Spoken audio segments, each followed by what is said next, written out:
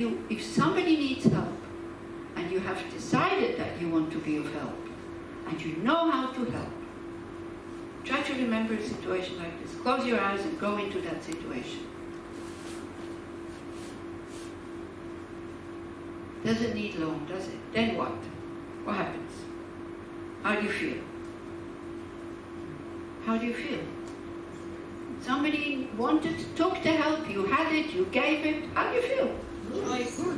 Okay, okay is good because, yeah, okay, we don't need to, this is what we want, you know what is that? But it's okay to be okay and to be spacious. This is why I said the mind of a fully awakened being is at the height of its normality. If they can help, they help.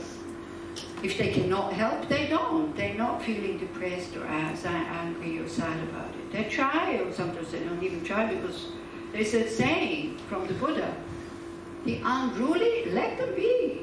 There's no point spending so much time with them. It's like, let them be. At one point, maybe they will come to see also their potential. So in the mind of a fully awakened being, like the mind of a good father or mother, only to benefit the children. Spontaneously, effortlessly, without interruption. Yeah? So that would be great. I mean, and not to harm. Never, ever having a wish to harm. And isn't that what we would call normal?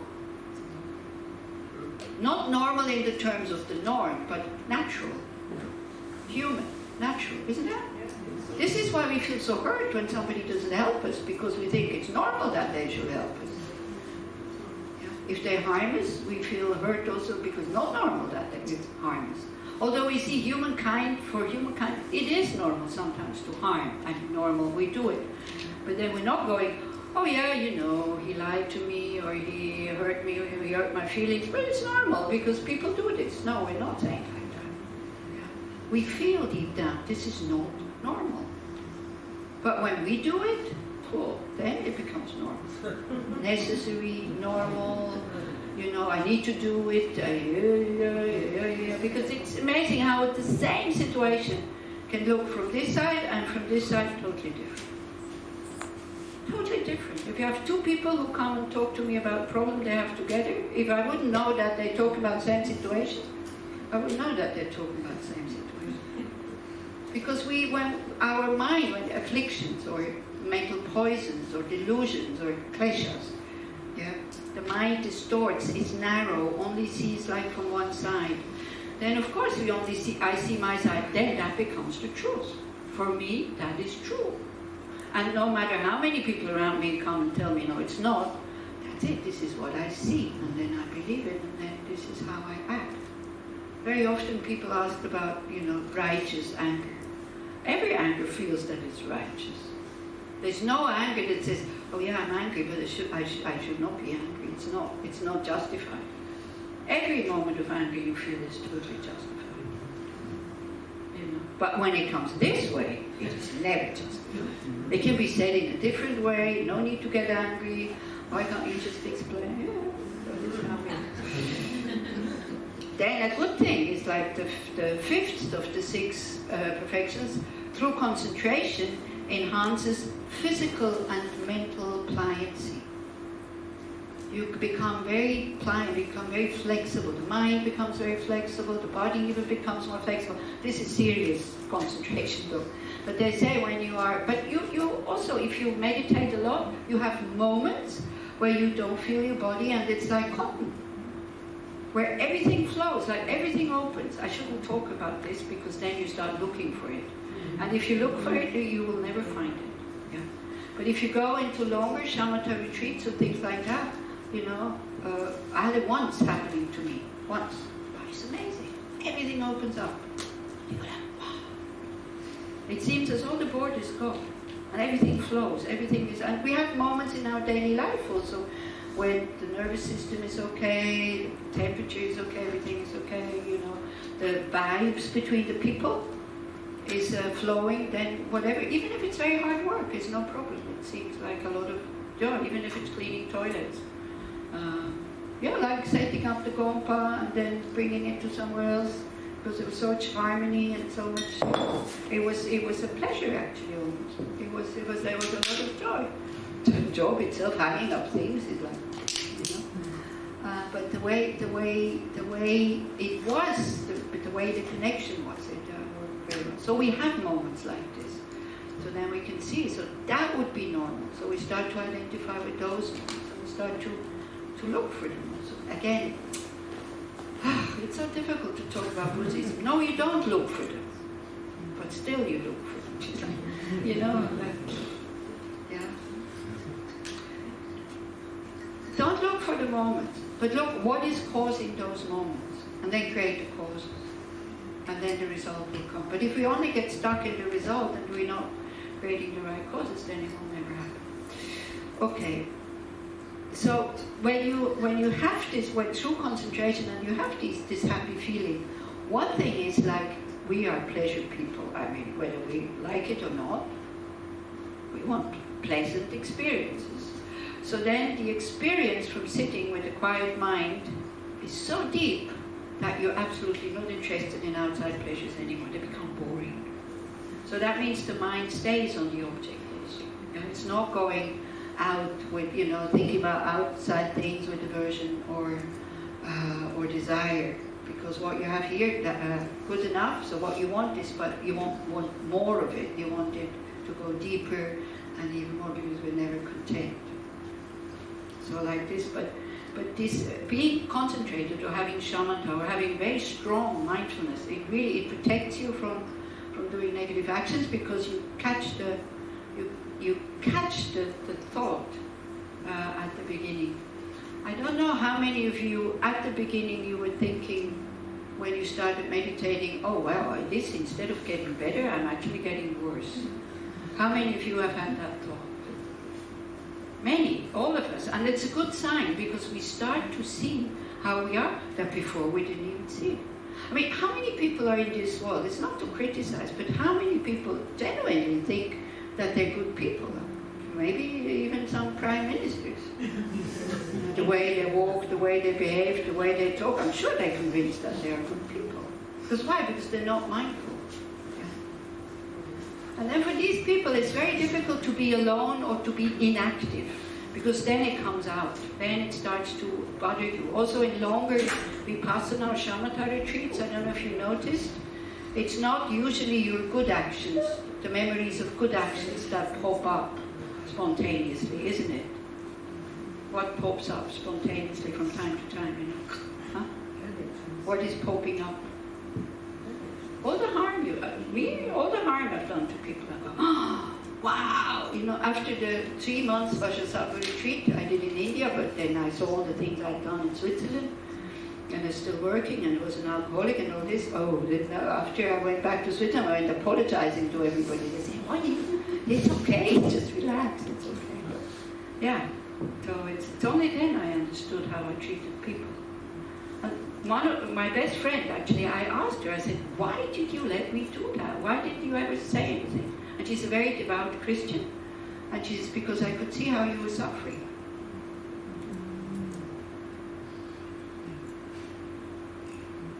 That's why I didn't get angry at you. Beautiful. And we're still very good friends. So she is Christianity practicing very well, I Buddhism practicing, but still trying at least. And yeah, we meet every time. We have such a good time together, even though, you know, the view of creator or no creator is like so far apart. Doesn't matter. Doesn't matter. And we don't discuss it also. I'm not saying mine is better than yours. And I let her be so like that. Okay, so then the wisdom, of course, with the wisdom, it's only with the wisdom that you start to really eliminate negative actions. With shamatha, with mindfulness, you're able to subdue them, or, you know, not being overwhelmed by them. But you don't really eliminate them. That's big bad news, actually. That's pretty tough, isn't it? It's like we have to, in order to really get them out so that they never come back, we have to understand, we have to realize emptiness directly, to go down to the deepest roots, deepest seeds, and then really take them out, throw them away, that they're not coming back. But these steps are necessary, so if you don't have concentration, you'll never get there. So just having a mind that is totally blissful, at least in meditation, it's not a struggle anymore, which for many people it is. Yeah, for many years it's a struggle. Then, if you practice, slowly it turns into pleasure. But slowly. And then you have to be careful that you're not getting attached. Again, there's the trap, that you're not getting attached to the peace of just sitting. And let the world do whatever they want to do, and I want to go into retreat, I don't want to see anybody, goodbye. And then again, you're just a little bit wasting your time. So this is why they talk, when you practice these things, they talk about meditation period, but then there's also post-meditation period. So in the meditation when you're sitting, which is necessary, you practice shamatha. But then the post-meditation, generosity, ethical conduct, patience, and all this. So then you go down to the marketplace and look from time to time, whether you have made some progress with these kind of things to check. Okay? So then they say, in order for it to become a perfection, it has 4 features. Now it's getting a bit technical. Like, there needs to be a willingness. Like, it has to come from your side. I want to practice this. Not because I said it, or the Buddha says, or whatever my sister is saying.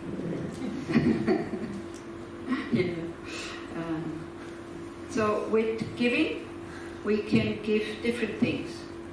We can give material things, which in Asia they say that's the easiest.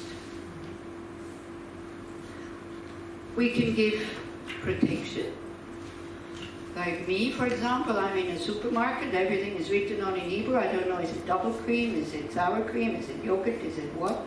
So this is why I stopped eating milk products, because I never know what I'm buying. No. But it's true, at the beginning when I was here, I think it was in Neofat, I went to the shop and I thought I bought some yogurt. Leora came home and said, wow, your yogurt is really good. She said, yeah. That was sour cream. So I like fat, heavy stuff, so it's okay. Wow, lucky guys, their yogurt is so good. Sour cream. I got the whole pot. So there you also see the power of the mind, because my mind was labeling it yogurt. So I didn't get sick, it didn't feel too heavy. I finished the whole pot. If I would have known it's sour cream, I would have maybe ate half of the pot, then starting to have a bad conscience of eating a whole pot of sour cream. But no, so I was labeling it. So the willingness, so you need to see the value of these things, because you can't force the mind to do anything. The moment you try to force it, it's not. You need to give it good reasons why you want to do these things. So the willingness to give material things, so then again, not too little, not too much. Very difficult. What is the right thing, to whom, when? But then we use that little bit of knowledge and intelligence that we have. For example, as a very attractive female, and there's this monk from Thailand, or the Buddhist monk from Tibet coming, still young, and you think, poor thing, he hasn't had any sex for so long. I mean, you're all grown up, I could talk about it. Maybe I should offer him in my body. That would be offering the wrong thing. Yeah, it might be very compassionate, but it's not. You're not doing that, because they have a vow of no sexual contact. So keep away from them, if possible. Or, yeah, I mean, again, I have been an alcoholic. If I see somebody in a big crisis, they don't have any alcohol, I don't know if I would not give him alcohol. Maybe I would give him alcohol, I don't know. I hope I'm never getting into the situation, to be honest, because I know what. No, I don't know how it feels never not to have anything, because I had a lot of money, and I had a restaurant, so I had a whole cellar full of stuff.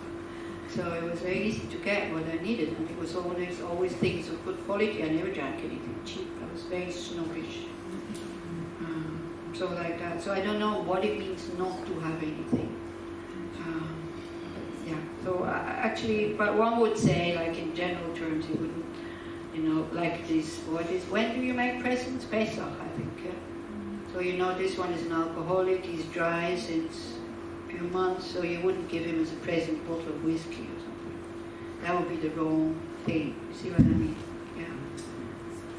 So a bit like that. So we start to see what, when, who, to whom, and so forth. Or, you know, this whole thing with generosity.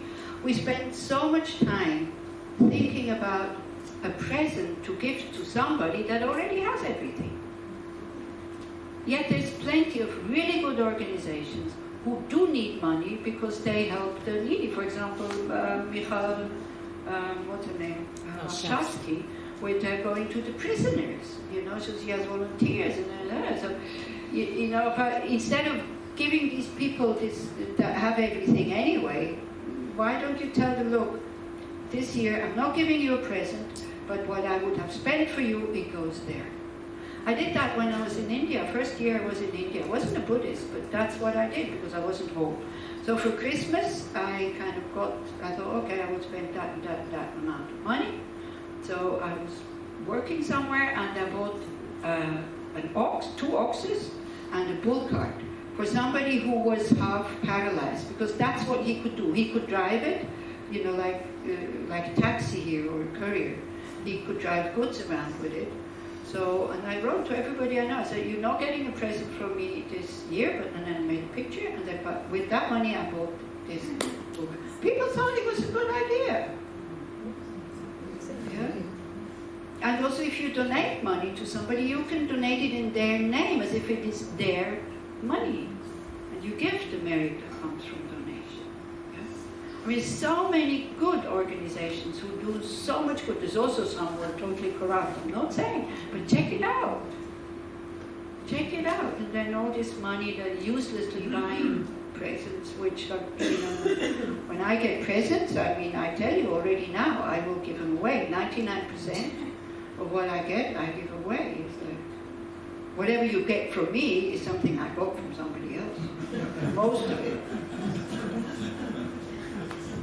I don't have a house, okay? I don't live anywhere. I can't store it everywhere. And I'm traveling most of the time. So then what do you want me to do with it? But yeah, there's this, you know, I want to give. If you want to give me something that I can pass on to somebody that is happy to have it. So that would be good. And then don't be disappointed when you see that I gave it away to somebody else. Because otherwise, I'm better not giving me anything. Then also, with the generosity, you are protecting. Like it's an aspect of protecting. Like, for example, you're not giving your body if there is no use, or if it becomes too difficult. Because they talk actually, you know, these the bodhisattva levels, you can give your body as if you would be giving a plate of vegetables. So our teacher always said, don't do that, you're not ready for that, you know. It's only when you have understood emptiness and like, I'm not the body and all this. Or like Geshe-Dawa, it was always a classical example, he said, don't jump into the river when you see that a mosquito has fallen into it and you can't swim. It's like, you're not saving the mosquito's life, but also, you know, you're wasting your own life for a mosquito.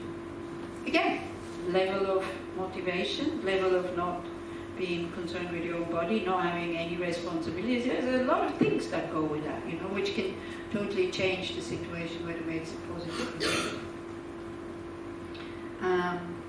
Purity. So that goes with all the other perfections also. Purity should be free from negative emotions and free from self-concern. Like the intention of giving to the beggar, one day, may I give you Dharma, because thanks to you, now you give me some, you know, I can create the causes for enlightenment. Try to think like that. Because the other day I was in Bern and I was coming from a train. There was this quite okay man who comes and he says, you speak French? So I said, yes. So he says, you know, could you give me some money for food because I'm hungry and you can come with me to the supermarket, I can, you know, so you see what I buy. I said, well, first thing I always say is like, if I give you money, you can do with it whatever you want. It's your responsibility, it's not mine. So we started talking and he got, you know, he had an accident, he didn't have an insurance in Switzerland, so he was stranded without money. And he said, it's really embarrassing to ask for money at the train station. And I said, yeah, but you know what? I mean, thanks to you now, otherwise I would have just gone home.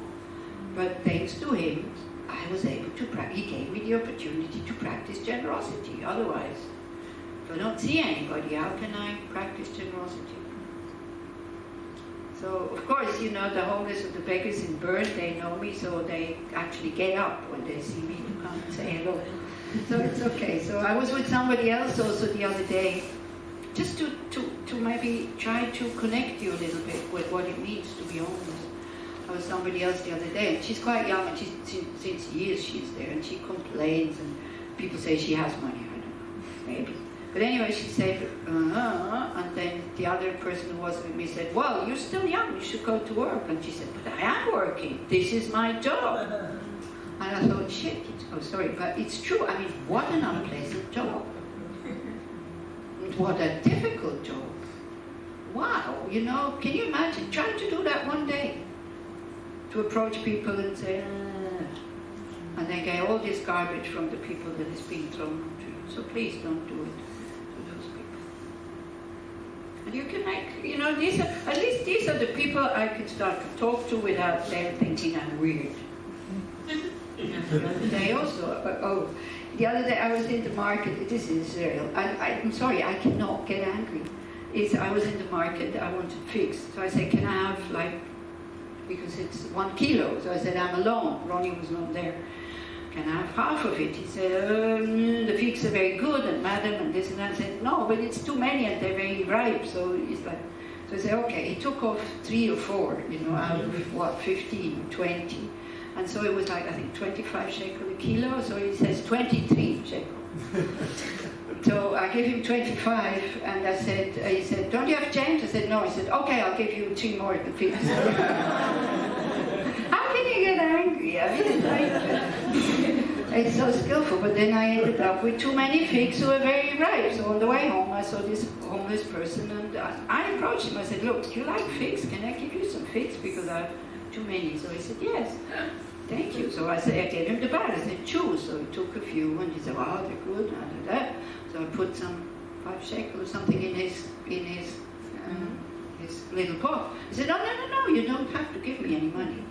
So it's like, you know, you can make such nice encounters with these people. And his English was excellent. So not always, you know, this is the thing. I was quite surprised because sometimes it's like I can't say what they are saying, they don't understand what I'm saying. So you can make some, because if I go to anybody that I don't know, can you imagine in the streets of Tel Aviv, I go to somebody and say, would you like some figs? Even if I would say, would you like some money, they would think I Okay. And then, you know, at the end, in order for the merit to increase, when you practice the things, you dedicate it for one day, maybe a dharma or something like that. May I give you something better than figs? May I give you something that you can learn also not to end up in this situation. Okay. So then, also the 6 perfections are usually practiced together. Okay? Like, so you give in an ethical way, meaning you're not stealing it. That's what it says, what is practice. So, because, you know, whomever you steal from, you still know, your mind still knows that it's not okay to steal from them somehow. So even though here we can cook up some kind of good motivation, but I don't think it will hold. And you give with, like with patience, without, when nothing comes back, not even a thank you, you still continue to give because you're not giving because you want them to say thank you, isn't it? Or is it? How is it? Sometimes like this. Sometimes it's like we give up very quickly when they don't say thank you, isn't it? We want to be grateful. So that also we let go of that. We give with patience, we give with enthusiasm by starting to really know, you know, actually what I give is like it's a very good investment. Let's say we give with concentration, knowing what to give, who to give, and with wisdom. Like we're mindful. You're mindful when you're giving. You're not just throwing it.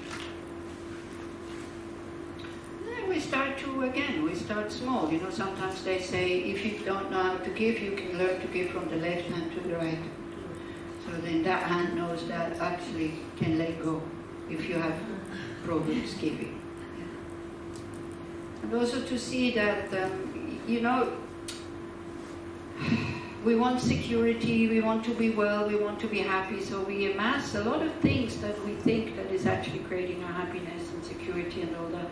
But then very quickly it becomes a burden. How many of you have moved house? Or are moving houses? So then the thought, gosh, I really have too much stuff. Does it come up? Yes. Or does it not come up? Yeah, for everybody. Yeah. And it's an opportunity. And then, you know, then we go like, do I really need this? Yeah. The fear, you might use it in 10 years. Although you haven't used it in the last 2 things. So look at the mind when you start to sort things out. And then also it hurts and needs an effort. You have 2 sweaters. One is really nice and you really love it. The other one, which one you give away? Really nice one? Not really. So give yourself a push and see how it feels to give away the nice one. Yeah. Like also somebody's daughter died the other day, which is very sad. And also they're very rich. They have like cashmere sweaters, you know, all covered full. So the mother was saying, oh gosh, it's so painful to sort it out, of course. You know, I said, why don't you just call the Red Cross and they come and get it? And then she said, no, but then it will be for the refugees. So I said, yeah, exactly. So then they have good stuff also for a change. Why should it only be for the refugees? She said, no, I'll phone her friends, they can come and choose. The friends who also have already come to choose. This is how we are. This is how we are. The good things for the rich. You know, instinctively like this. But it can change. We can change it. And we start to give really good stuff to these people who cannot afford to buy it. The others is like, why? But yeah, it seems so simple, isn't it? And it seems so logical. Yet it's so difficult to do. Because we have these habits. Yeah. Going shopping for the Dalai Lama. Wow. We went for once to Delhi, I think we have to go twice, to shop for presents for the Dalai Lama, for long life puja. I mean, he doesn't need anything. And you also know, the present comes in, it goes in front of him, it goes to the other room, it's deposited there, then it goes to the special shop where they sell it, and then the profit goes to TCB, to the Tibetan Children Village. So you know that. But knowing it, then you're not hurt. So it's still, I mean, we could just give the money to the children village, it would be easier, but no, you want to present the present, because it's fun also. It was really fun to go to Delhi and try to find these vases and these special flowers and, you know, suitcase. I think we bought him a suitcase also because traveling, you know, some Samsonite or something. So it's a good mind who is looking for quality. What it costs, it doesn't matter. But it needs to be good quality. And that's a good mind. That's a very, very happy mind. I remember when Kitty Central Rinpoche came back to India at one point. So me, you know, I always sort out everybody's problems, without checking, are you capable of doing it? I said, yeah, I come and pick you up at the airport. And I was planning to, you know, to a Qualis, it was at that time, they were quite rare, big cars, that I would hire one, you know, taxi, a big taxi, and pick them up. So it's him and Alak and Bula, the translator. So we can put everything in there. Rinpoche in front, the 3 of us behind, and then the suitcases and everything. I couldn't find a Qualis nowhere in Delhi because it was a holiday and they were all out. And I was desperate. And so I go to Piero, and his friend is there. Piero is an Italian who lived in Delhi at that time. And I said, gosh, you know, I can't find a car. And he said, oh, no problem, I'll phone the Imperial, I'll go there, they know me.